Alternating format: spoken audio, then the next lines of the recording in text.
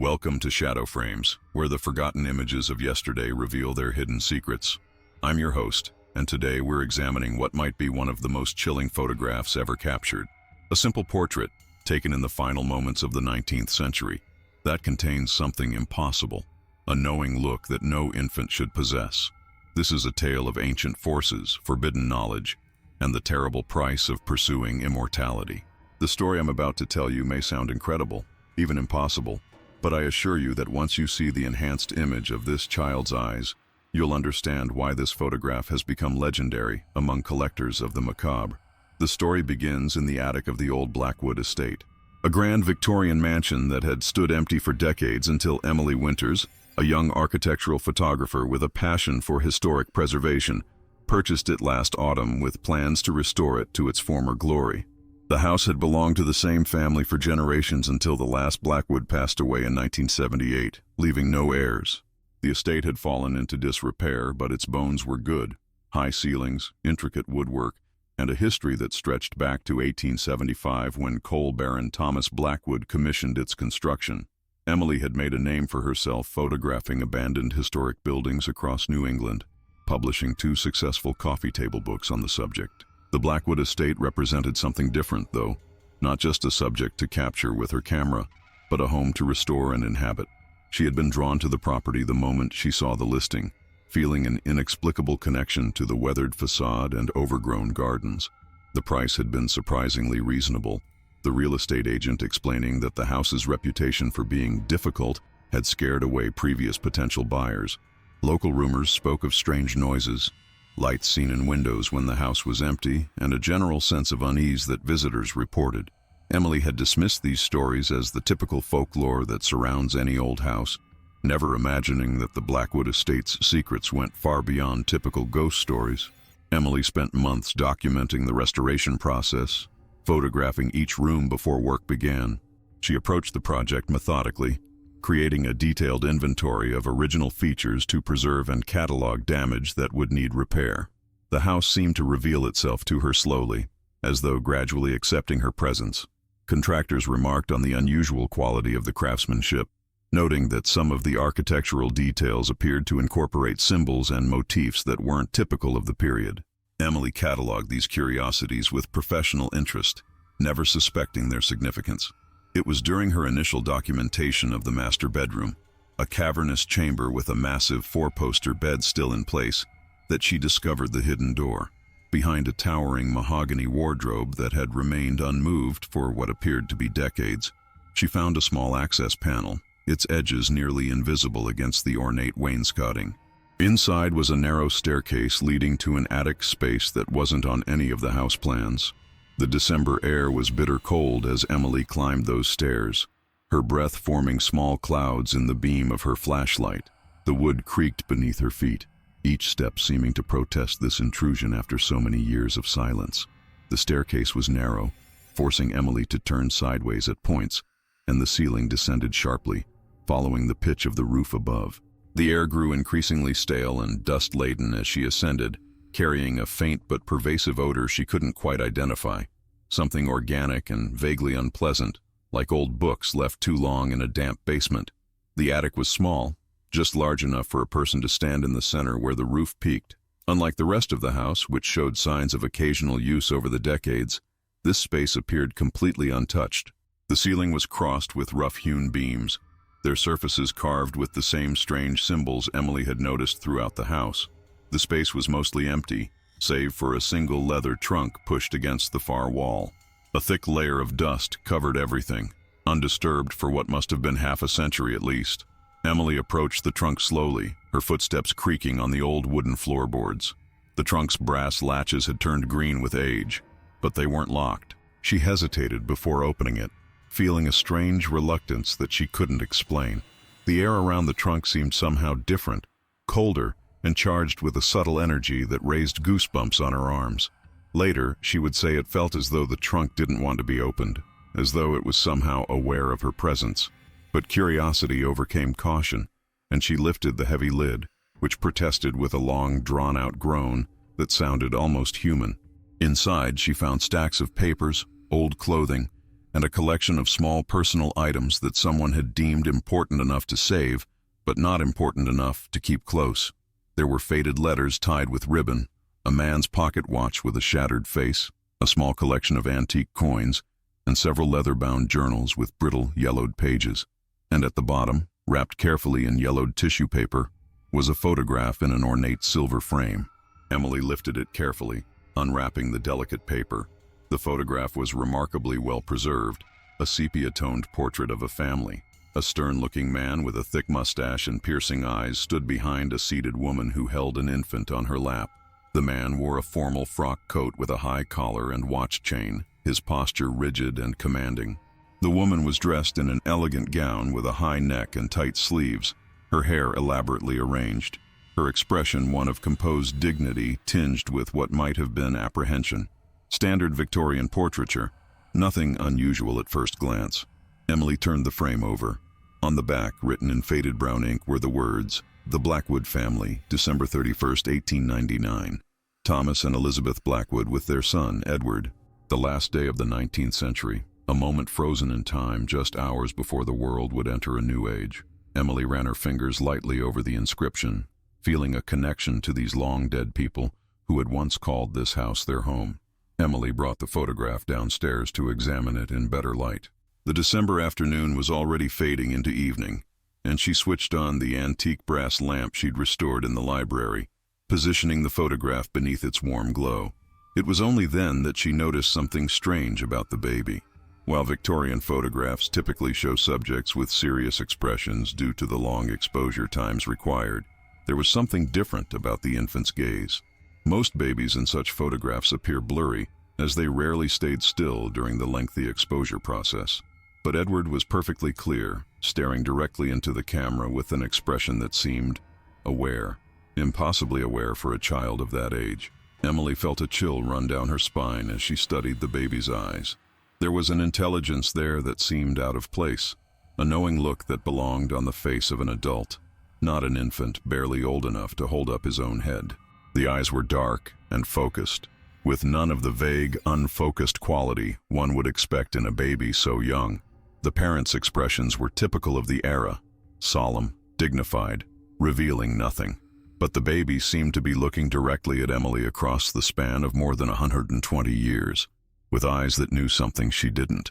And though it might have been a trick of the light, Emily could have sworn there was the slightest curve to the infant's lips, the beginning of what might have been a smile. Fascinated by her discovery, Emily began researching the Blackwood family history. She spent hours at the local historical society, poring over dusty records and microfiche newspapers. She learned that Thomas Blackwood had made his fortune in coal mining before diversifying into railroads and banking. He'd arrived in the area in the early 1870s with modest means but an uncanny ability to identify profitable business opportunities. Within 5 years, he'd become one of the wealthiest men in the state, his rise so meteoric that it sparked rumors and jealousy among established families. Elizabeth came from old money, the daughter of a prominent judge with connections to Boston's elite society. Their marriage in 1890 had been featured prominently in social pages, described as the union of new industry and old respectability. Their son Edward was their only child, born after nearly a decade of marriage and several miscarriages that had been discreetly mentioned in Elizabeth's personal correspondence, which the Historical Society had preserved.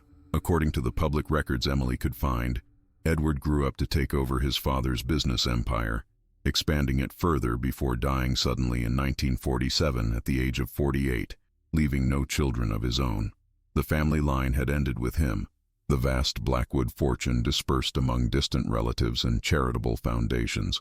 Nothing in the official history explained the strange feeling Emily got from the photograph. The more she looked at it, the more convinced she became that there was something unnatural about the baby's expression. As a photographer herself, she understood the technical limitations of cameras from that era. The clarity of the baby's features, the sharpness of his gaze, it defied the capabilities of 1899 photography technology. She decided to digitize the image, thinking that perhaps a higher resolution scan might reveal details that weren't visible to the naked eye. She carefully removed the photograph from its frame to scan it properly. The frame itself was a work of art, sterling silver with an intricate pattern of intertwined vines and what appeared to be tiny flames worked into the design. As she gently pried the backing away, she noticed that the frame seemed unusually heavy for its size, as though the silver was exceptionally dense or contained something within its hollow parts. As she did, a small slip of paper fell out from behind the photograph. On it was written a sequence of numbers: 12, 31, 99, 21, 47, 33. Emily frowned, puzzling over what they might mean. The first numbers seemed obvious. The date the photograph was taken: December 31st, 1899. But what about the rest? 21, 47, 33. A time, coordinates, some kind of code. Emily set the paper aside and continued with her scan. The photograph was a daguerreotype, a popular form of photography in the late 19th century, created on a silver-plated copper sheet. The image quality was surprisingly good, and under her scanner's high-resolution settings, the details became even clearer. She loaded the digital image onto her computer and began to enhance it using her professional editing software. As the resolution improved and she adjusted the contrast, Emily noticed something she hadn't seen before. Reflected in a mirror visible in the background of the photograph was another figure, someone standing just out of frame, behind the photographer. The reflection was faint but unmistakable, a tall, thin silhouette that seemed to be wearing some kind of hat or hood. Emily zoomed in further on the baby's face, and what she saw made her push away from her desk in shock. Edward's eyes, now clearly visible in the enhanced image, didn't look like a baby's eyes at all. They were deep-set, with a clarity and focus that was completely unnatural for an infant. And in the reflection of those eyes, so small that it would be impossible to see without digital enhancement, was the clear image of the photographer and the hooded figure standing behind him. But what truly disturbed Emily was the baby's expression. Edward Blackwood wasn't just looking at the camera. He was looking past it, directly at the hooded figure, and he was smiling. Not the guileless, gummy smile of an infant, but a knowing smile that spoke of recognition and understanding, as though the baby and the mysterious figure shared a secret that no one else was privy to. Emily spent the next several days searching for more information about the Blackwood family. She found birth and death certificates, business records, and newspaper clippings, but nothing that shed any light on the strange photograph or the identity of the hooded figure. Then, almost by accident, she discovered a series of journals in the local historical society's archives. They belonged to Dr. James Harrison, who had been the Blackwood family physician from 1890 until his death in 1912. Emily spent hours poring over the cramped handwriting, most of which detailed mundane medical issues and house calls. But then she found an entry dated January 1st, 1900, the day after the photograph was taken. Called to the Blackwood residence early this morning. Mrs. Blackwood, in a state of extreme agitation, claims the baby spoke to her in the night. Obviously a dream or hallucination brought on by exhaustion. Prescribed bed rest and laudanum. Examined the child. Edward appears perfectly normal, though unusually alert for his age. No signs of fever or distress. Mr. Blackwood, concerned about his wife's mental state, advised him to hire additional help so that Mrs. Blackwood might rest more. Emily read the entry several times. A coincidence, surely. New mothers often suffered from exhaustion and imagined things. But given what she had seen in the photograph, she couldn't help but wonder. She continued reading the journal, finding only routine entries for the next several months. Then, in June of 1900, Mrs. Blackwood continues to make troubling claims about the child. Says he watches her with old eyes, and that she has heard him speaking in the night, though never in her presence. Mr. Blackwood reports that the nursemaid has given notice, the third to do so since Edward's birth. The girl claimed the child frightened her but would not elaborate. I have suggested that perhaps Mrs. Blackwood would benefit from some time away, perhaps at her sister's home in Boston. The sea air might do her good. By October, the entries about Elizabeth Blackwood had grown more concerning. Mrs. Blackwood refuses to be alone with the child, has taken to sleeping in a separate room with the door locked, claims that Edward stands at her bedside in the night, watching her, though the child is not yet able to walk according to the new nursemaid. Mr. Blackwood, at his wit's end, has consulted Dr. Phillips at the asylum about his wife's condition. I fear commitment may be the only option if her delusions persist. The final entry regarding Elizabeth was dated December 15th, 1900. Mrs. Blackwood taken to Oak Ridge Asylum today. Incident last night with the child was the final straw. Mr. Blackwood found her attempting to smother the boy with a pillow, claiming he was not her child and not human. She fought the attendants violently when they came to collect her. The child, remarkably, slept through the entire disturbance. Mr. Blackwood, devastated, have prescribed him sleeping powders. The boy will be cared for by Mr. Blackwood's sister, who arrives from Philadelphia tomorrow. Emily sat back, a cold feeling settling in her stomach. Elizabeth Blackwood had been committed to an asylum less than a year after the photograph was taken. She had claimed her baby spoke in the night, that he watched her with old eyes, that he wasn't human. And now, looking at the enhanced photograph on her computer screen, Emily could almost believe it herself. The baby's eyes seemed to follow her around the room. That knowing smile, so subtle it was barely there, but unmistakable once you noticed it. And the hooded figure in the mirror's reflection, standing in the shadows behind the photographer. Who was that? And why did the baby seem to be looking at them rather than at the camera? Emily decided to focus on the mysterious numbers she had found behind the photograph. 12, 31, 99, 21, 47, 33. The first part was clearly the date, but what about the rest? On a hunch, she tried treating them as coordinates. 21, 47 north, 33, east, west. Neither combination pointed to anywhere significant. Then it occurred to her, what if they weren't coordinates, but a time? 21 to 47, 33. 9:47 p.m. and 33 seconds. Oddly specific, but perhaps significant. The photograph was taken on New Year's Eve, 1899. Was 9:47 p.m. important somehow? Emily returned to the Historical Society the next day, requesting any newspapers from the first week of January 1900. She found what she was looking for in the January 2nd edition of the local paper. A small article on page 3 reported that a fire had broken out at the photography studio of Oscar Wilkins at approximately 9:45 p.m. on December 31st, 1899. The fire had spread quickly, consuming the entire building and claiming the life of Mr. Wilkins, who was believed to have been working late developing photographs for the Blackwood family. The article noted that Mr. Wilkins had been the most sought-after portrait photographer in the region, known for his ability to capture the true essence of his subjects. Emily felt the pieces beginning to fit together. The Blackwoods had their portrait taken by Oscar Wilkins on December 31st, 1899. The photographer died in a fire at his studio that same night, at almost exactly the time indicated by the numbers hidden behind the photograph.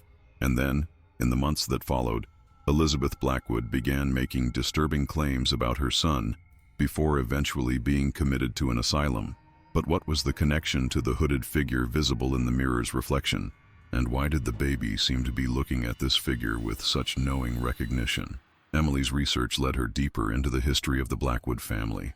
Thomas Blackwood had made his fortune in coal, but there were whispers about how he had acquired his initial mine. According to local legend, he had won it in a card game from a man named Silas Mercer, who had subsequently disappeared. Some said Mercer had left town in shame after losing his livelihood. Others claimed he had confronted Blackwood and been killed, his body hidden in the very mine he had once owned. Emily discovered old newspaper accounts that hinted at the controversy. A small article from 1873 mentioned that local authorities had investigated Mercer's disappearance, but found no evidence of foul play. Blackwood had provided witnesses who testified that Mercer had been seen boarding a train west, presumably to try his luck in the expanding territories. The case had been closed, but the whispers had persisted, following Blackwood even as he rose to prominence. Some of the old mining families still referred to the northeast shaft of the original mine as Mercer's Tomb, though official records listed no deaths or burials in that location. These were just rumors, impossible to verify after so many years. But as Emily dug deeper, she found references to Thomas Blackwood's involvement with a group called the Order of the Eternal Flame.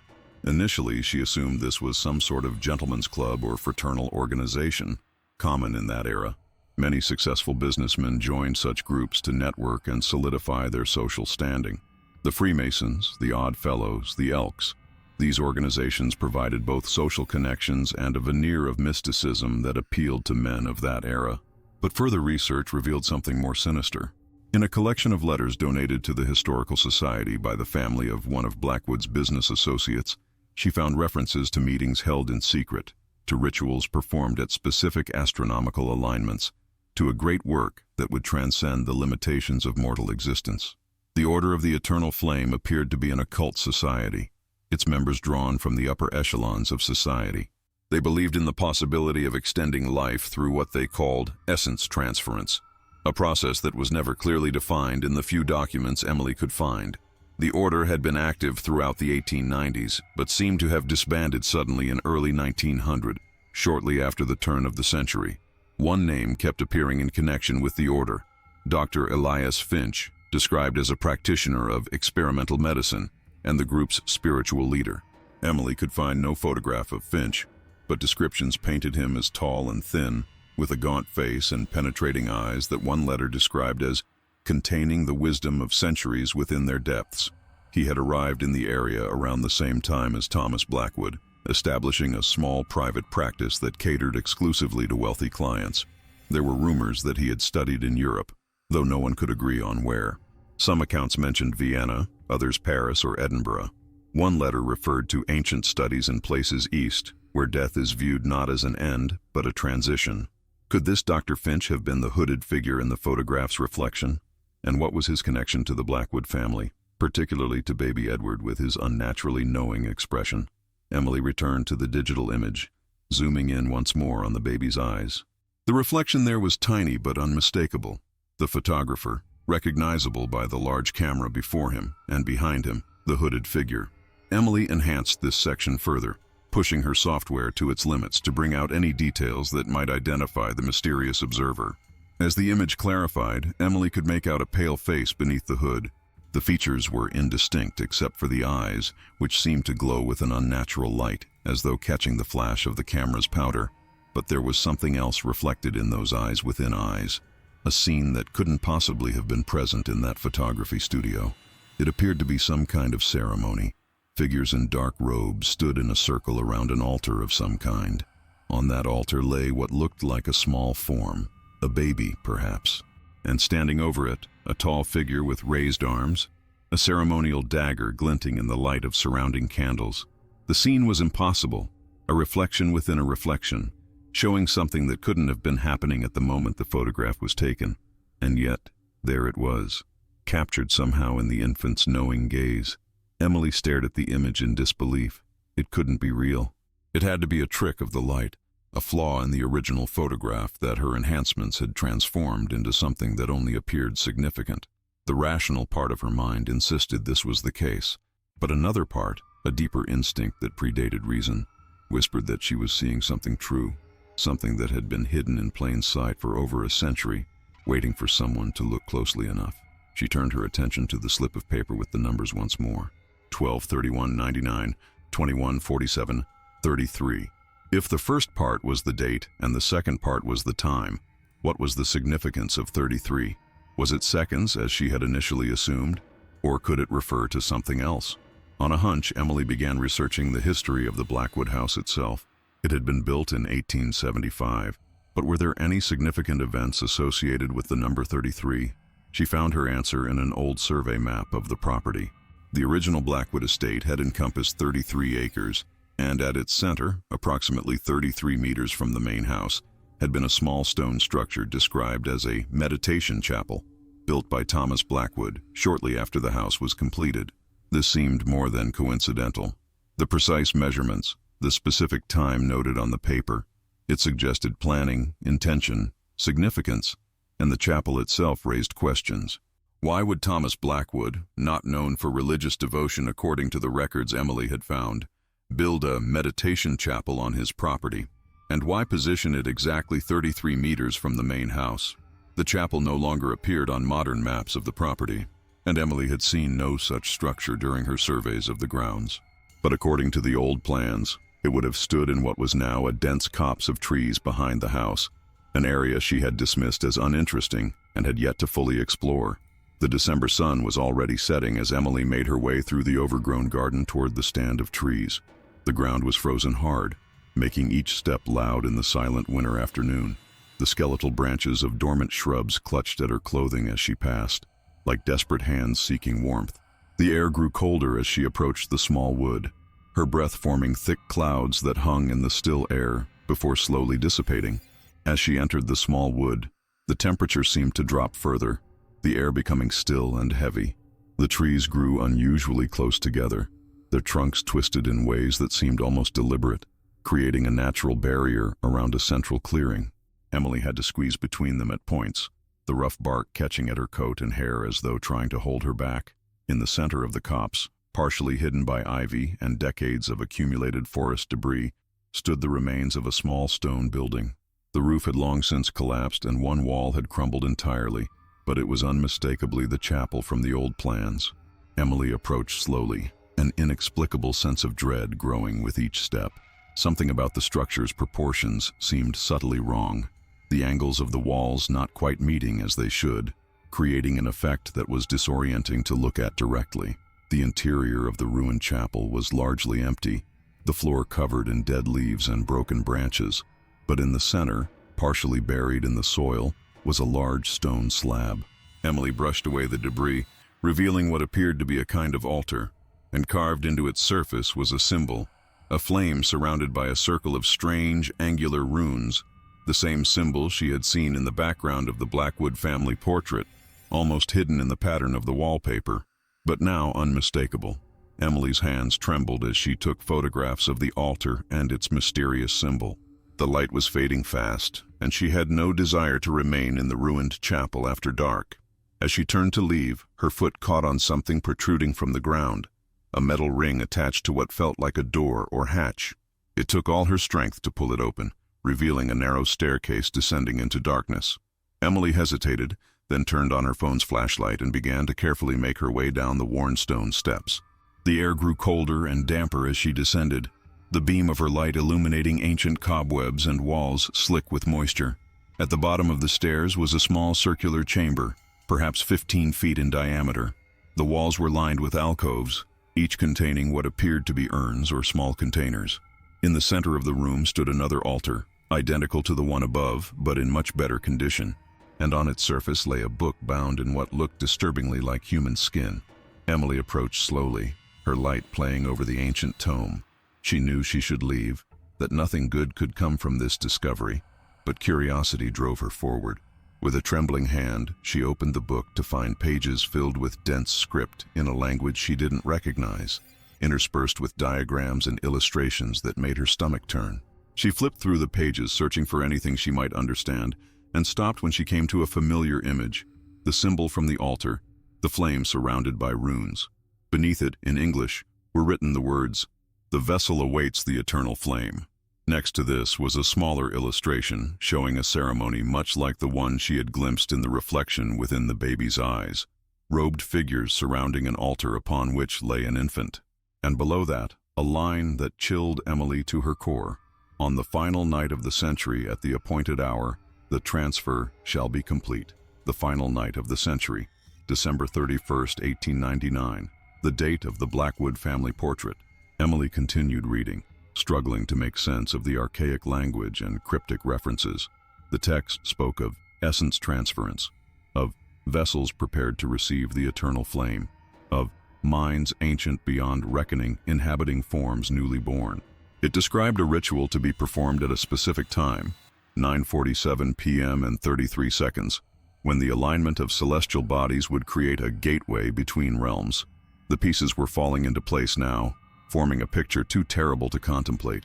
Thomas Blackwood, member of the Order of the Eternal Flame, a son born after years of trying. A ritual performed on New Year's Eve, 1899, at precisely 9:47 p.m. and 33 seconds. And afterward, a baby who watched his mother with old eyes, who spoke in the night when no one but Elizabeth could hear. Emily turned the page and found herself looking at a portrait of a man identified as Dr. Elias Finch, the leader of the order, tall and thin, with hollow cheeks and eyes that seemed to burn with inner light, the hooded figure from the photograph's reflection. The text beside his image read, "Dr. Finch, having served as vessel for 7 cycles, shall prepare for his final transference. The child has been selected and prepared according to the ancient rites. The essence is strong, the vessel is pure. On the final night of the century, Dr. Finch shall continue his great work through the form of Edward Blackwood, son of our esteemed brother Thomas."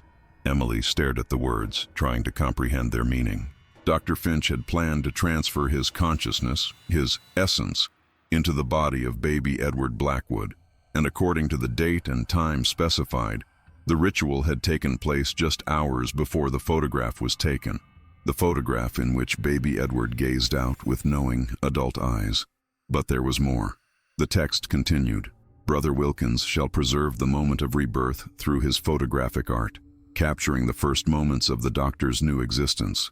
This image shall serve as anchor and talisman for future transferals. Oscar Wilkins, the photographer who died in a mysterious fire the very night he took the Blackwood family portrait. Had he been part of the order as well? Had he known what he was photographing? And if so, why had he died so soon after? The final entry in the book provided a chilling answer. Brother Wilkins has expressed doubts about our great work. He fears that something other than the doctor's essence may have entered the vessel. He has threatened to expose our order. This cannot be permitted. The child has indicated that Brother Wilkins must be silenced. It shall be done this very night, after the portrait is complete. The studio shall burn. The evidence shall be destroyed. Only the portrait shall remain, as the child has commanded. The child has commanded. Not Dr. Finch in his new form, but the child, as though it were a separate entity altogether. Had something gone wrong with the ritual? Had something other than Dr. Finch's consciousness taken possession of baby Edward? Emily closed the book, her mind reeling. She needed to get out of this place to process what she had discovered. As she turned to leave, her light caught something in one of the alcoves that lined the walls. A small metal box, its surface etched with the now familiar flame symbol. Against her better judgment, Emily reached for it. The box was locked, but the mechanism was old and yielded easily when she applied pressure. Inside was a stack of yellowed papers, letters from the look of them. The topmost was dated January 5th, 1900, and addressed to Thomas Blackwood from someone named Marcus Reed, another member of the order. Brother Thomas, I write to express my deepest concerns regarding the events of New Year's Eve. The ritual did not proceed as planned. Dr. Finch's preparations were meticulous, as always, but at the moment of transference, something unexpected occurred. The celestial alignment was perfect. The gateway opened as predicted, but what came through was not solely the doctor's essence. I glimpsed it only for a moment, but I am certain of what I saw. As the doctor's form collapsed and his essence flowed toward the child, something else moved against the current, something ancient and terrible, seizing the opportunity we had unwittingly provided. It entered the child alongside the doctor's essence, perhaps overwhelming it entirely. The others did not see, or choose not to acknowledge what happened. They celebrate the success of our great work, but I am afraid, Thomas, deeply afraid. The child's eyes are not the doctor's eyes. What looks out from your son's face is something else entirely, something that has waited a very long time for such an opportunity. I believe Oscar suspected as well, which is why he had to be silenced. But ask yourself this, Brother Thomas. Did the order to eliminate him come from the doctor, or from whatever now inhabits your son? I urge you to exercise caution. Watch the child carefully, and consider whether our pursuit of immortality has opened a door that should have remained closed. With deepest concern, Marcus Reed. Emily read the letter twice, her hands shaking. According to this Marcus Reed, the ritual had gone wrong. Instead of Dr. Finch's consciousness being transferred into baby Edward, something else, something ancient and terrible, had taken advantage of the opportunity. And this entity, whatever it was, had ordered the death of the photographer who suspected the truth. But if this account was accurate, what had happened to Elizabeth Blackwood was not madness, but a mother's recognition that her child had been replaced by something inhuman. She hadn't been delusional when she claimed the baby spoke in the night, when she said he watched her with old eyes, when she insisted he wasn't her child at all.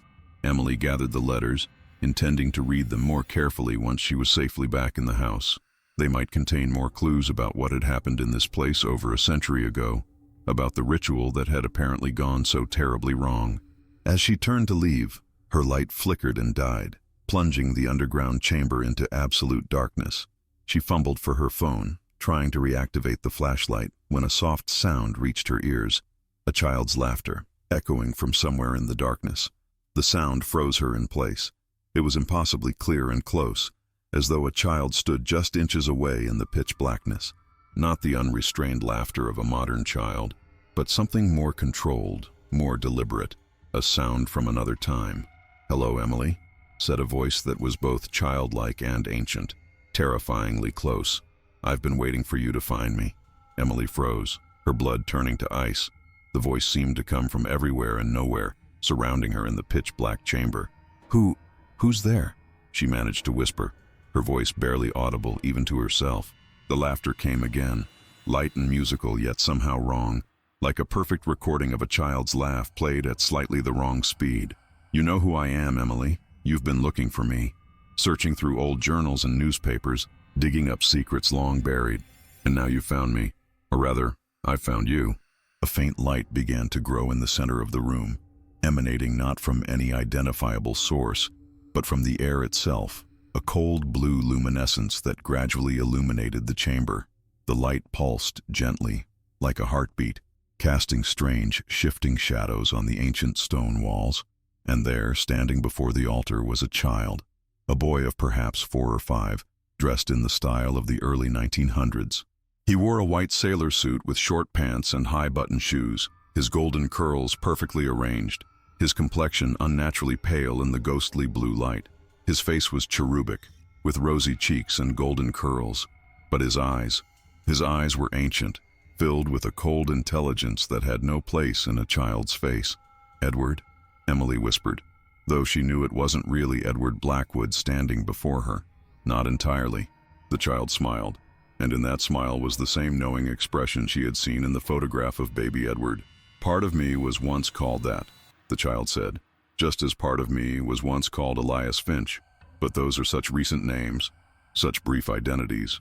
I have been known by many names across many centuries." The boy began to walk slowly around the altar, trailing one small hand across its stone surface.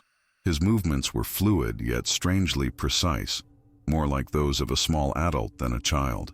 The blue light followed him, swirling around his form like luminous smoke. The Order of the Eternal Flame thought they had discovered the secret of immortality, of transferring consciousness from one vessel to another. Dr. Finch had done it successfully several times, each time choosing a new body when his current one began to fail. They were so proud of their discovery, never realizing they were merely rediscovering what has been known to a select few since the dawn of humanity. He stopped, fixing Emily with those terrible old eyes, and never suspecting that the gateway they opened could be traversed in both directions. Dr. Finch's consciousness did indeed enter baby Edward's body that night, along with something much, much older. "What are you?" Emily asked, her voice steadier now despite her fear. There was a strange calm settling over her, as though part of her had always known this moment would come, had been preparing for it since she first set eyes on the Blackwood estate. The child's smile widened. "I am ancient, Emily. I have existed since before your kind built cities, before they learned to write or forge metal. I have been worshipped as a god and hunted as a demon. I have worn many faces, inhabited many forms. I have watched civilizations rise and fall. And through it all, I have endured. Why are you telling me this?" The boy laughed again, that chilling, not quite right sound. "Because you are to play a part in what comes next. The photograph you found was indeed a talisman, as the book described. A focus, an anchor point that allows me to maintain my presence in this world. But such anchors require renewal from time to time. The ritual that brought me here must be repeated periodically, with a new vessel prepared to receive a portion of my essence." Emily glanced at her phone. It was 9:42 p.m. How was that possible? She had entered the ruined chapel in the late afternoon. Had she been down here for hours without realizing it?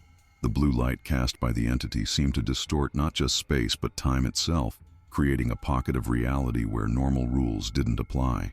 "What happens at 9:47? She asked, though she feared she already knew the answer. The child, the thing wearing a child's form, smiled that terrible knowing smile. "A transference, Emily. A small portion of my essence will pass into a new vessel, ensuring my continued presence in your world for another cycle. The Order believed they needed elaborate rituals and preparations for such a transference, but they were limited by their human understanding. All I require is a suitable vessel and the proper celestial alignment." "And I'm to be this vessel?" Emily asked, her voice barely a whisper. The child laughed. "Oh no, Emily. You misunderstand. You are not the vessel. You are the facilitator, the one who has brought the vessel to me." For a moment, Emily didn't understand.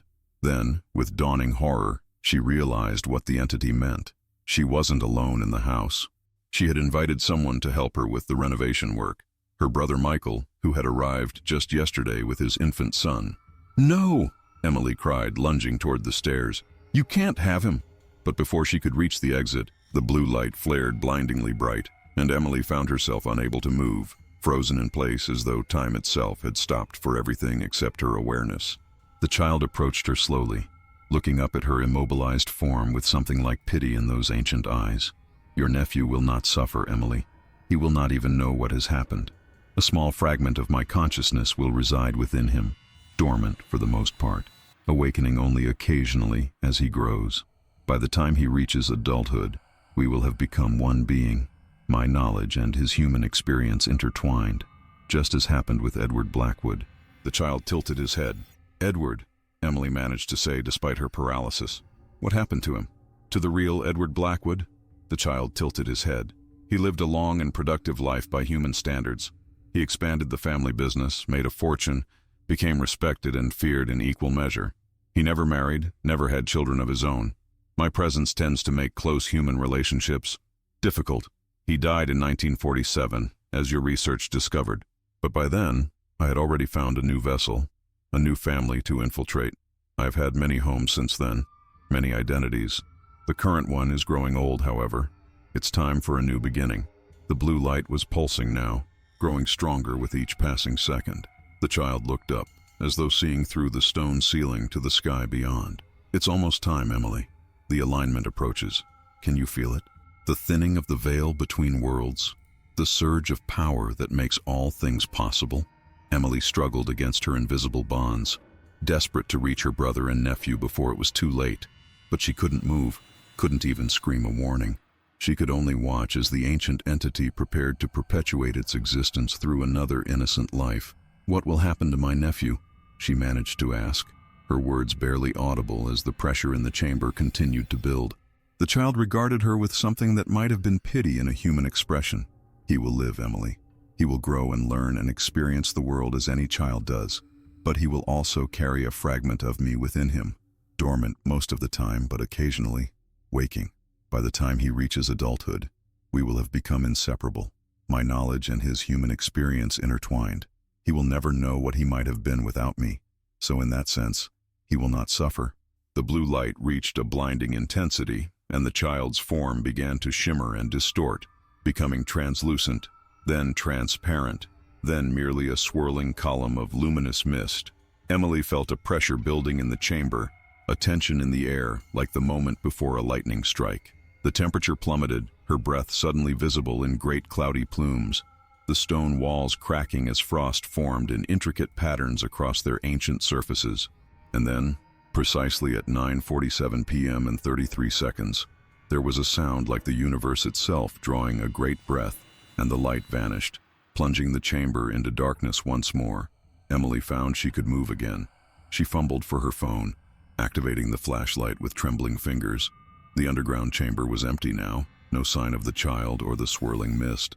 But the air felt different somehow, charged with an energy that made the hairs on her arms stand on end. The altar stone in the center of the room had cracked clean through, as though struck by some tremendous force, and the strange symbols carved into its surface were blackened, as if burned by intense heat. She ran for the stairs, taking them two at a time, bursting out of the ruined chapel into the cold night air. The moon was full, illuminating her path as she sprinted back toward the house, her breath coming in ragged gasps. Her mind raced with terrible possibilities. Had she been hallucinating? Was this all some elaborate delusion brought on by too many hours researching the house's dark history?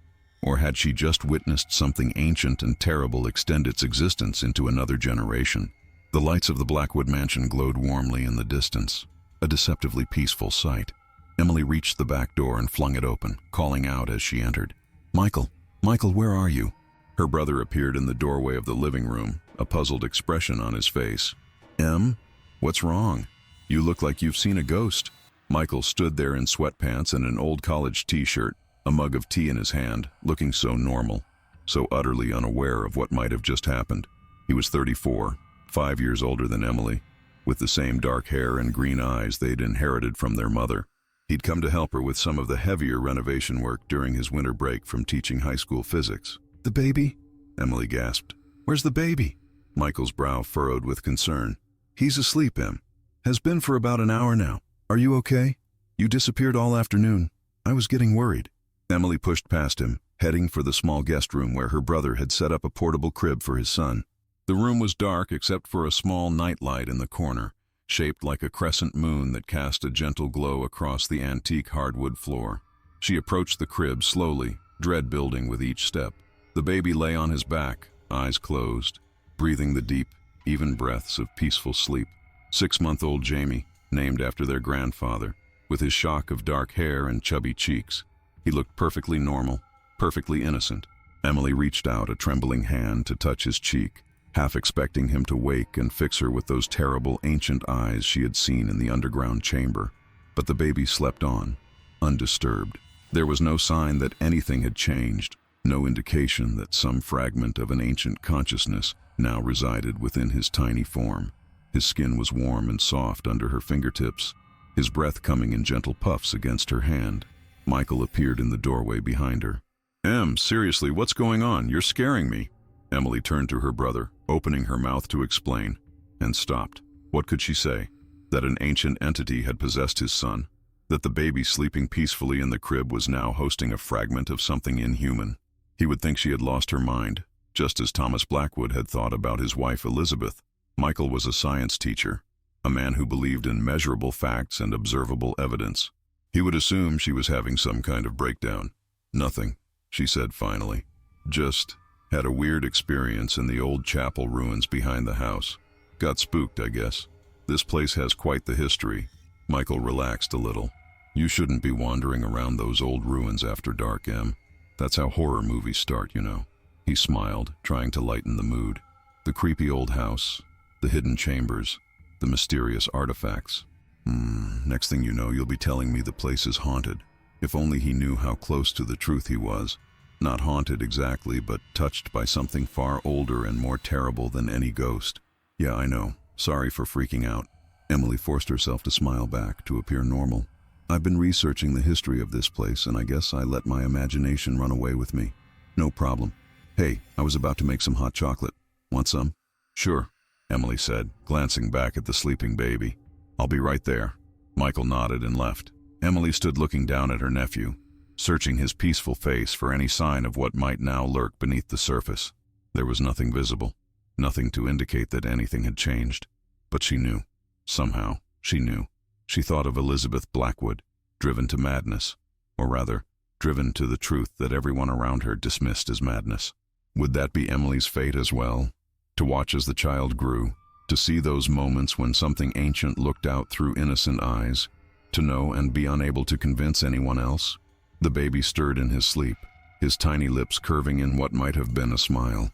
Emily stepped back, a chill running through her despite the warmth of the house. Was it her imagination, or had there been something unnatural about that smile? Something knowing, like the expression in the photograph that had started this whole terrible journey? "Sleep well," she whispered, though whether to the baby or to whatever might now share his consciousness, she couldn't have said. She turned and left the room, closing the door quietly behind her. In the hallway, her gaze fell on the Blackwood family portrait, still sitting on the small table where she had left it. Baby Edward gazed out from the sepia-toned image with that same knowing expression that had first caught her attention. Emily picked up the photograph, studying it one last time. Now she understood the true nature of that expression, the reason it had seemed so unnatural, so impossible on an infant's face. It wasn't Edward Blackwood looking out from those eyes. It never had been. She returned the photograph to its ornate silver frame and hung it on the wall of the hallway, positioning it so that it faced the door of the guest room where her nephew slept. Then she went to join her brother in the kitchen, leaving the two to their silent communion. The baby in the modern world and the baby in the photograph from 1899, both vessels for something ancient and patient and terrible. As she walked away, she didn't see the eyes in the photograph shift slightly, following her movement down the hallway. She didn't see the subtle change in the baby's expression, the knowing smile deepening just a fraction. And she didn't hear the soft, impossibly adult chuckle that emanated not from the guest room where her nephew slept, but from the photograph itself, a sound that seemed to echo across the decades, a bridge between past and present, a promise of a future that would unfold according to a plan set in motion long before any of them were born. In the kitchen, Michael was stirring chocolate into warm milk on the stove. the rich aroma filling the air with a comforting normalcy that felt surreal after what Emily had experienced. "So, have you decided what you're going to do with this place once the renovations are complete?" Michael asked, pouring the hot chocolate into 2 mugs. "Live here? Sell it? Turn it into a bed and breakfast for brave souls?" Emily accepted her mug, wrapping her cold hands around its warmth. "I'm not sure anymore," she said truthfully. How could she live in this house now, knowing what she knew? But how could she sell it to someone else, someone unprepared for what might lurk within its walls? "Well, you've got time to decide," Michael said, oblivious to her inner turmoil. "The place has stood for almost 150 years. It's not going anywhere." That was precisely what worried her. The house, like the entity it had harbored, endured. It would still be standing long after they were gone, waiting for new occupants, new vessels, new chapters in its ancient story. "Jamie and I will head back tomorrow," Michael continued. "I've got some end-of-term papers to grade, and I promised the sitter we wouldn't be gone more than a couple of days. But I can come back next weekend if you need more help with the renovations." Emily nodded, the mug trembling slightly in her hands. "That would be great," she said, her mind already racing ahead. She needed time to think, to research, to figure out if there was any way to undo what had happened. The entity had spoken of vessels and transferals. Perhaps there was a way to reverse the process, to free her nephew before the ancient consciousness fully integrated with his own. But where would she even begin? The Order of the Eternal Flame had disbanded over a century ago. Dr. Finch, Thomas Blackwood, Elizabeth, Edward, all were long dead. The only sources of information she had were the fragmented documents she'd discovered and the entity itself, which would hardly help her disrupt its plans. "You okay, Em?" Michael asked, studying her face with concern. "You seem a million miles away." "Just tired," she lied. "It's been a long day of exploration and research." That night, Emily couldn't sleep.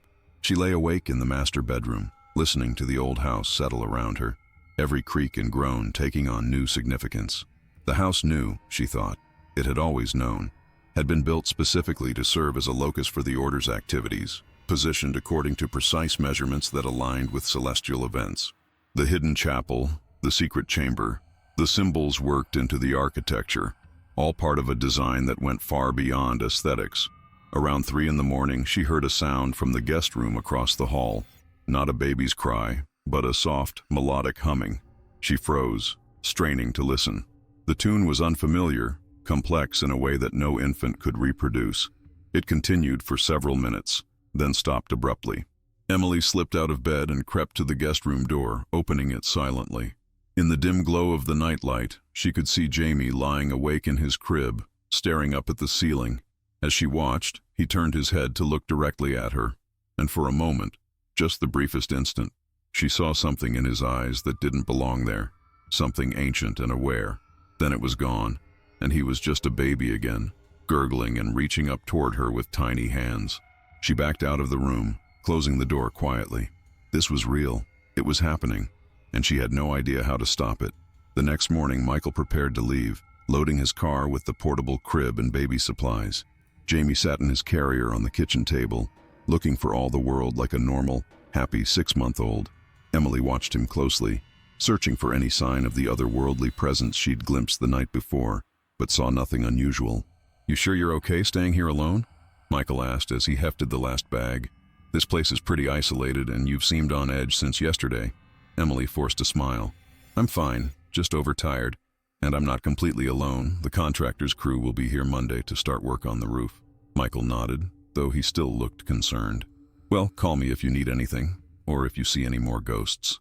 He grinned, clearly thinking he was just teasing her about an overactive imagination. "I will," Emily promised, knowing she could never tell him the truth. She hugged her brother goodbye, then approached Jamie's carrier.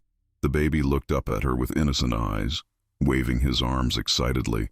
Emily leaned down to kiss his forehead, and as she did, she whispered so softly that Michael couldn't hear, "I know you're in there, and I'm going to find a way to get you out." For just a second, the baby's expression changed. A fleeting look of amusement, perhaps even respect, crossed his features.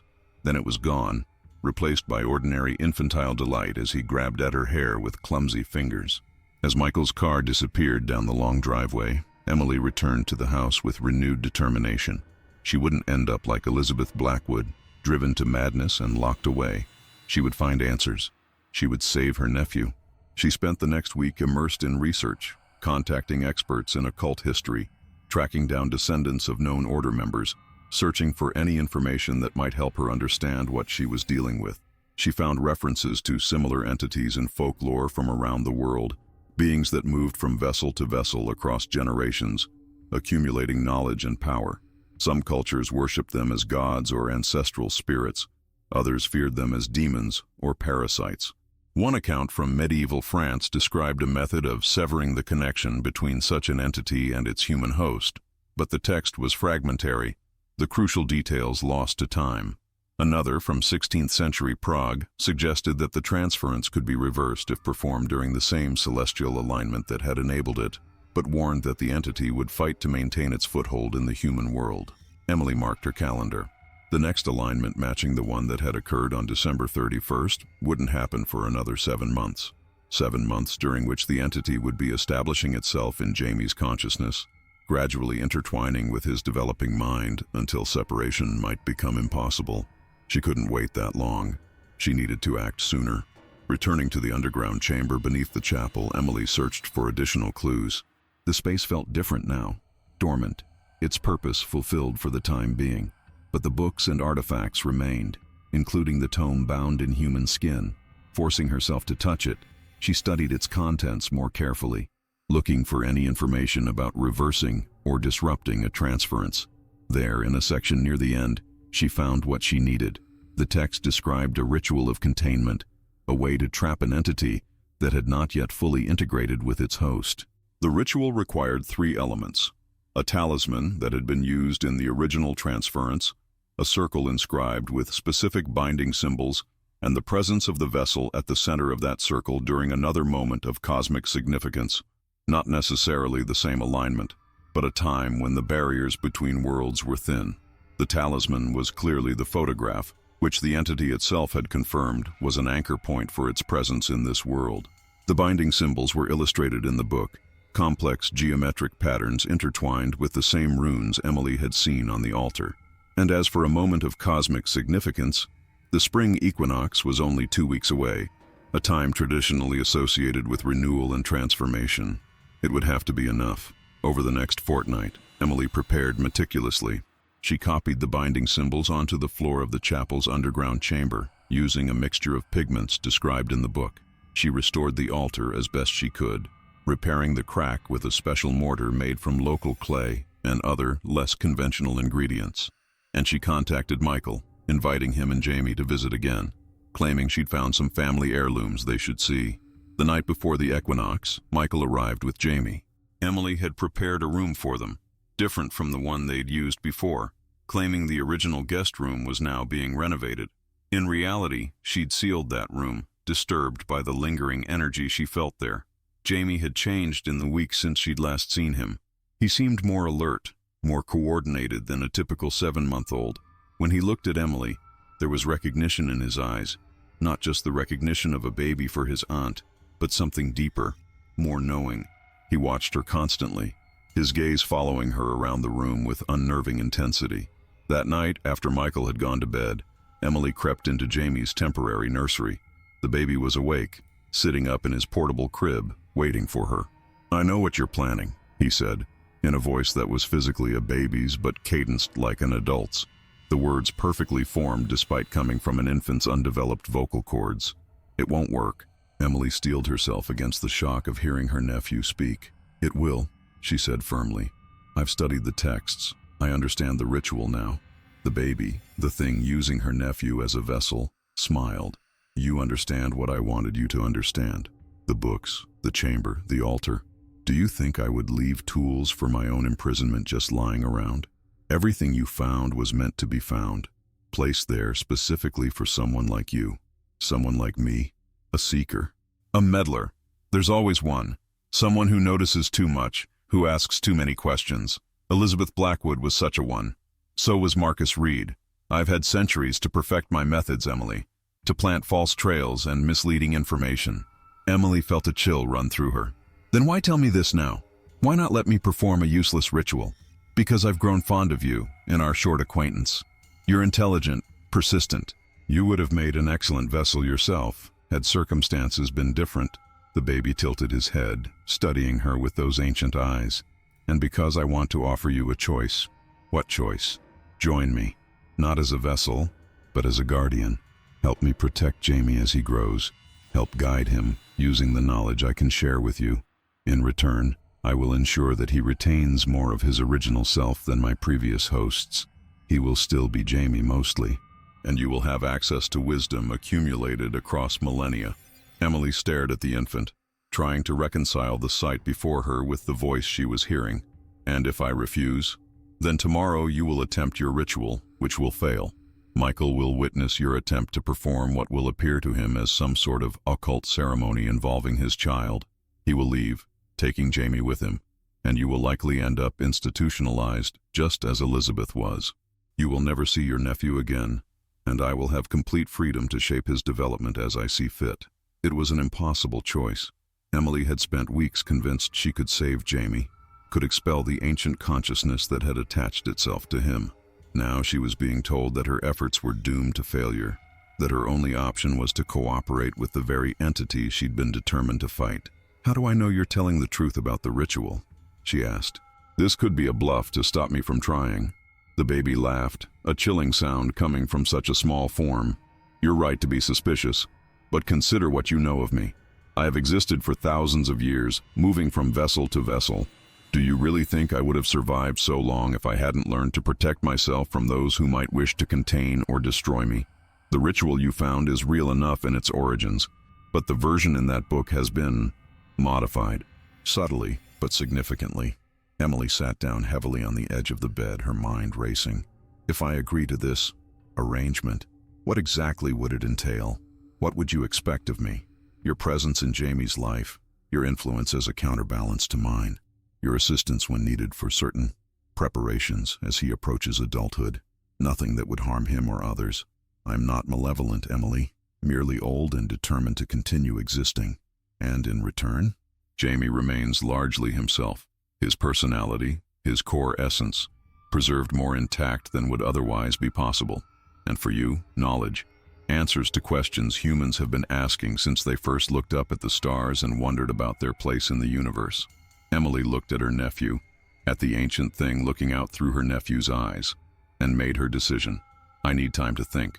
"Of course, until the equinox at sundown tomorrow. Then I must know your choice." Emily spent a sleepless night weighing her options. In the morning, she went through the motions of normality, making breakfast for Michael, smiling and nodding as he talked about his plans for the day, all while watching Jamie for any sign of the otherworldly presence she'd encountered the night before. But the baby seemed ordinary again, babbling and playing with his toys, the ancient intelligence carefully hidden. As the day progressed, Emily found herself drawn repeatedly to the Blackwood family portrait, studying Edward's knowing expression, searching for any clue that might help her decision. Had Elizabeth Blackwood faced a similar choice?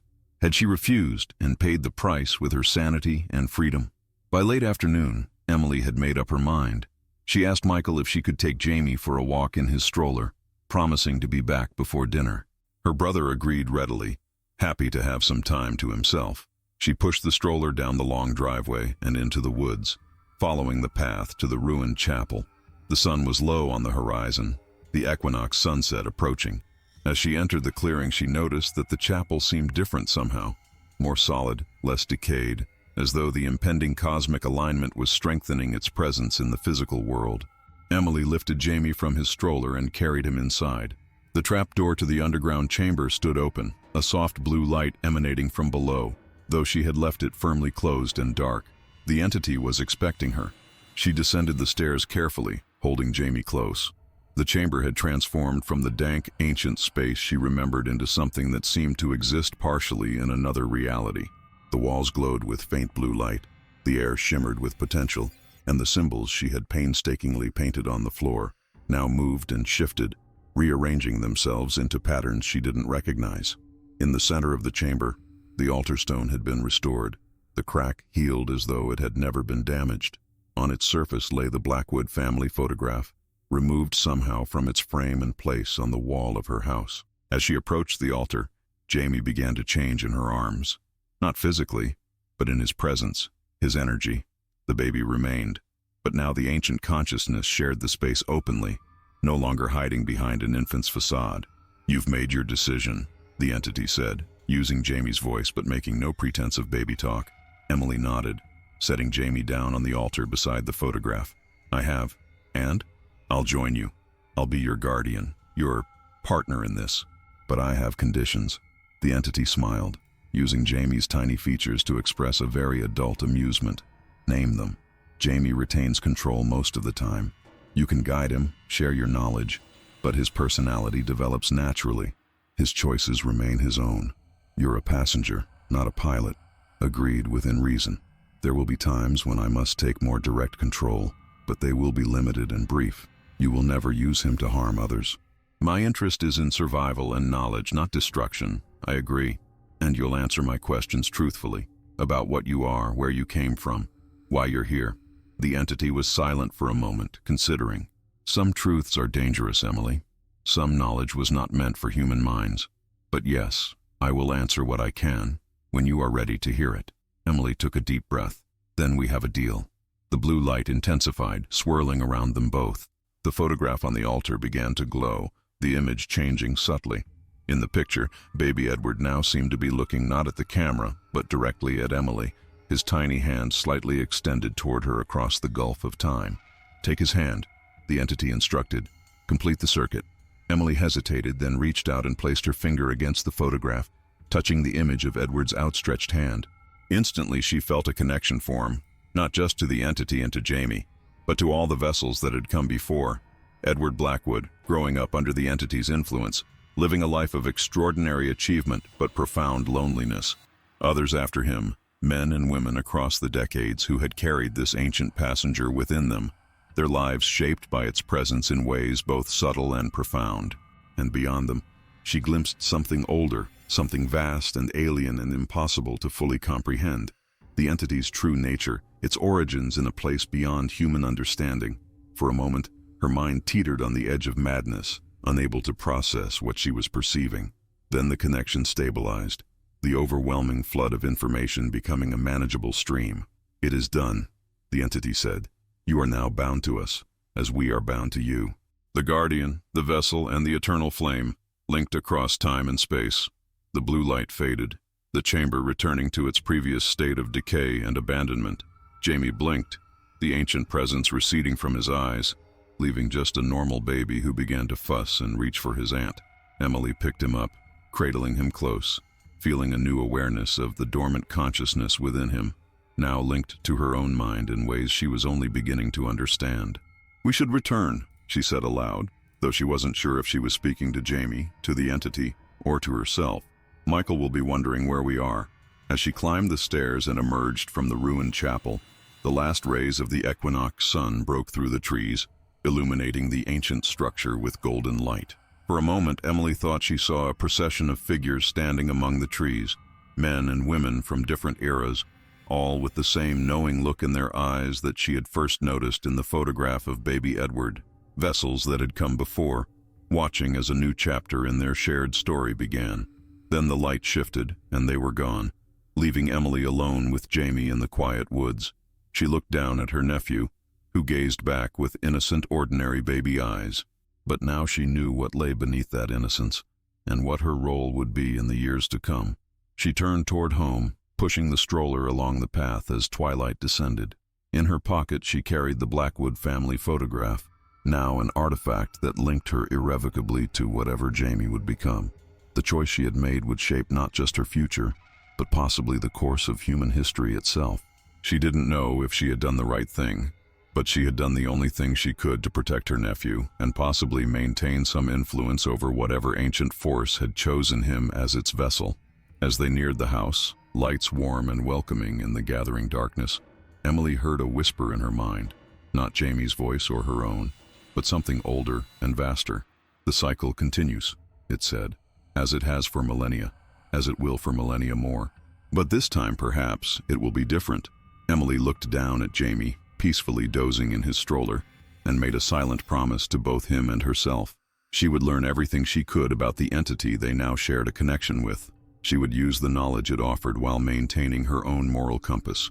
And above all, she would ensure that Jamie grew up as human and whole as possible, despite the ancient passenger he carried within. In the darkened hallway of the Blackwood mansion, the empty frame that had once held the family portrait seemed to glow briefly with a soft blue light, then returned to shadow. The house had served its purpose once again, bringing together the elements needed for the entity's continued existence in the human world. It would stand for centuries more, waiting and watching as the eternal flame passed from vessel to vessel, a silent witness to a story that had no end. And somewhere in the ruined chapel behind the house, the wind moving through the broken walls sounded almost like laughter, a child's laughter, at once innocent and impossibly old. Back in the present day, I set down the file containing Emily's account, documented meticulously in the decades that followed these events. The photograph sits on my desk, the Blackwood family portrait, with baby Edward's knowing eyes staring out across more than a century of time. Emily kept her promise, remaining close to Jamie throughout his life, guiding and protecting him as he grew. Under her influence, the entity's integration was indeed different from previous cycles. Jamie maintained more of his own personality, his own will, than any vessel before him. He became a brilliant scientist, his work in theoretical physics shaped by knowledge no human could have acquired independently, yet driven by very human curiosity and compassion. And when Jamie's time as vessel came to its natural end in 2015, Emily was there to oversee the transition to the next carrier of the eternal flame. She was an old woman by then, her life extended far beyond normal human limits by her connection to the entity, but still very much herself, still determined to maintain the delicate balance between human autonomy and the ancient consciousness that had become part of our world. I know all this because Emily was my grandmother, and Jamie was my father. And now, as I look into my own child's eyes and sometimes glimpse something ancient and knowing looking back at me, I continue the tradition of guardianship that Emily began. The eternal flame burns on, but tempered now by generations of human influence, slowly becoming something neither fully alien nor fully human, but a unique synthesis of both. When I found this photograph in my grandmother's effects after her death last year, I understood for the first time the full weight of the legacy she had passed to me. The knowing look in baby Edward's eyes is the same one I occasionally see in my daughter's, a reminder of the endless cycle we are part of, and the responsibility we bear to ensure it serves humanity's evolution, rather than merely using us as vessels for something we can never fully comprehend. The choice Emily made in that underground chamber on the spring equinox of 2021 changed everything. Not by ending the cycle, but by becoming part of it, by insisting on partnership rather than surrender. And as I continue her work, I often wonder what new transformations lie ahead, as the eternal flame and humanity continue their ancient dance, each forever changed by their encounter with the other. So when you look at old photographs, pay close attention to the eyes. You never know what might be looking back at you across the years, or what ancient knowledge might be hiding behind an infant's impossibly knowing gaze.